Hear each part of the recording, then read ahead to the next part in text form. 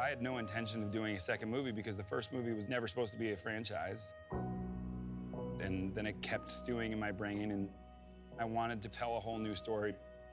The only idea I had in my head was to make Millie the lead character. So what happens is Millie's character decides to go off on her own and try to save the rest of the world.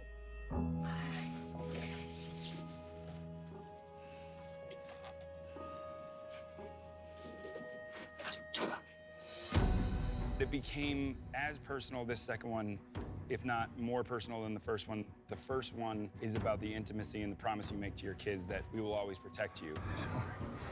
The second one is when that promise is inevitably broken. And those kids have to go out into the world on their own. Whatever that moment is that you let go of your kids and they have to fend for themselves, that's what this movie's all about. And so it becomes a metaphor for her about what growing up really means. And what growing up really means is getting hurt, getting scared, and learning how to deal with it yourself because nobody else is there to protect you.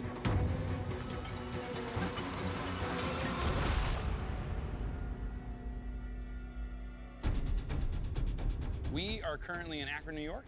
And we chose Akron because we have a whole lot going on in this town. A whole lot of stunts, a whole lot of big, high production value.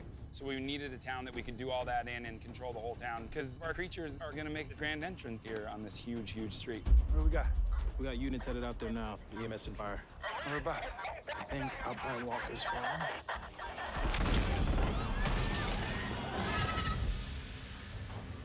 My goal with Dan and with Mike Gunther and his entire stunt team, who are phenomenal, was to make this feel very real. I think the first movie really put the audience in a state that they felt when they were in that theater, they were actually a part of this world.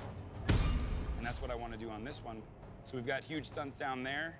You've got a cop car upside down. It only flips over this 1/2 moon size because that's exactly what our creature's power level is. Everything is storytelling. So all the special effects are designed to be exactly what would happen if a creature hit a police car. Look at this. Yeah, it's so casual. It's so good, you guys. Oh, it's so great. It's so great. On day one, it's a free-for-all. There's so much sound, they're just sort of running around and attacking anything that's making sound. So it's a lot more exhilarating. There's a part of me that feels like when we hit, that shot is so good that I'll tell you to be quiet and we'll start crawling and you'll see everybody under the tables. Basically, everything is unpredictable. Every scare could come from anywhere.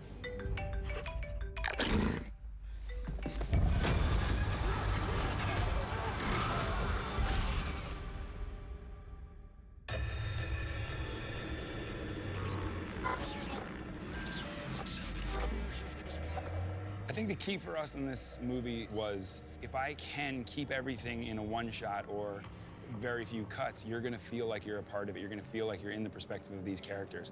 And so in the opening, I wanted to put your leading actress in a car and drive with her and never cut. So calm. Yeah. What is happening? What we wanted to do is put that actual car in a massive action sequence rather than just drive it forward and drive it back and have the action happen to the car. And the only way to do that was with this insane contraption on a biscuit rig. I think the rig was built in 5.5 weeks or something like that, which sounds like a long time, it's not.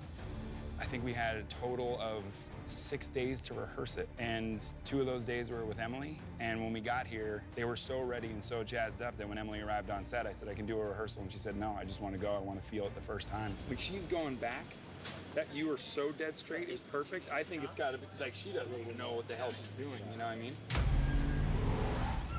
When a bus is coming at you, you actually feel that that bus is coming at you because it's not hitting a lot of cars, it's just careening. And that very scary feel we capture. She said it's the easiest acting gig she's ever had is having cars drive at her at top speed. She was genuinely fearing for her life. So that's what I offer as a husband.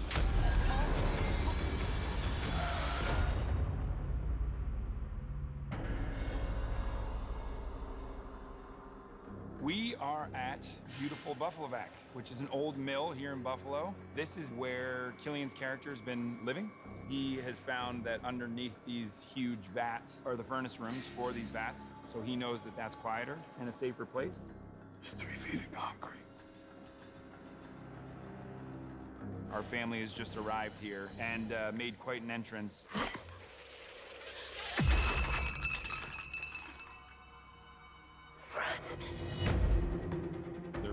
welcome guests. So this whole set is killing and running our family to get to that vat that's in the floor as fast as he can without dying. No, if you want to, because it looks great on camera, but if you're not ready to, no worries. I just want to ask you before we do it. You want to do it? You still have the pads on? Yeah, I do. She's going in.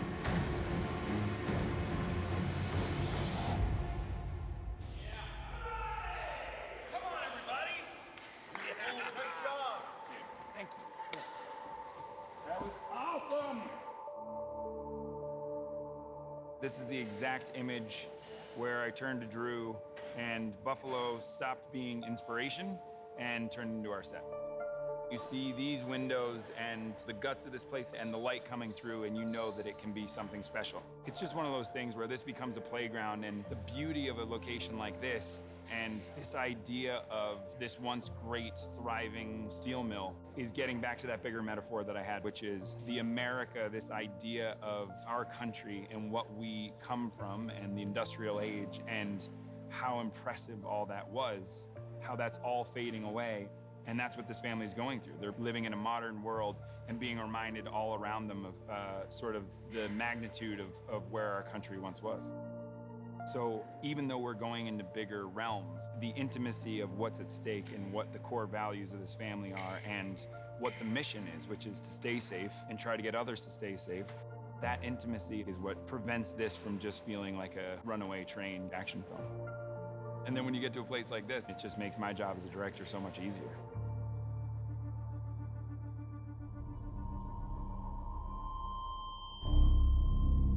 This was actually one of the first sequences I wrote in the script.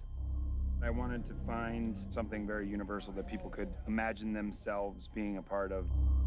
Something very obvious that would have been taken over in sort of an apocalyptic moment. And a train for me was really interesting. Not only does it make a lot of noise, but it's a representation of sort of, you know, a large swath of people before day one hit.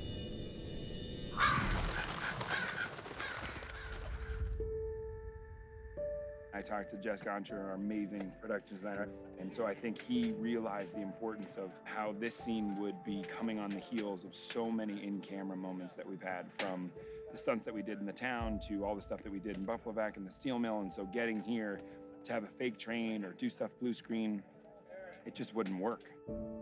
There was a train graveyard in Ohio, and they had 2 Metro North trains. And I love the idea that it's Metro North because I live near a Metro North line, and so I know it well, and I knew the seats well, and that was in my head when I was writing it.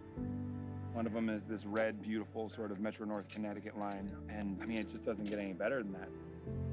These types of things aren't achieved unless you have the team behind you who really wants to do something like this.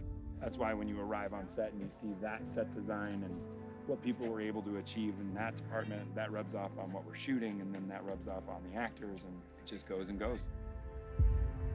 I don't want to show any shot that's not from the perspective of our characters. So certainly these big moments have to come from her discovery, and so we can't discover anything like this until she does. So we had a really beautiful shot, and I had the idea to just kind of push behind her, and there's some doors in the train that block the hole, so as she goes around, we don't know what she's looking at. And then we push behind her and go out here. And I mean, that's one of the more epic shots in the movie. Like I said, it was one of the first things I wrote because of that. This is one of those moments where you truly see this very small girl in a very big problem.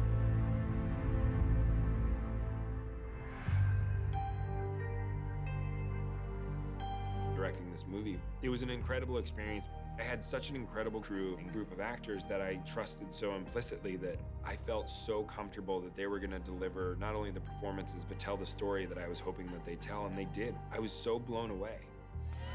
It was an organic process. Every single step of the way, we had the audience in mind. Getting the opportunity to make this movie might be the greatest experience of my career.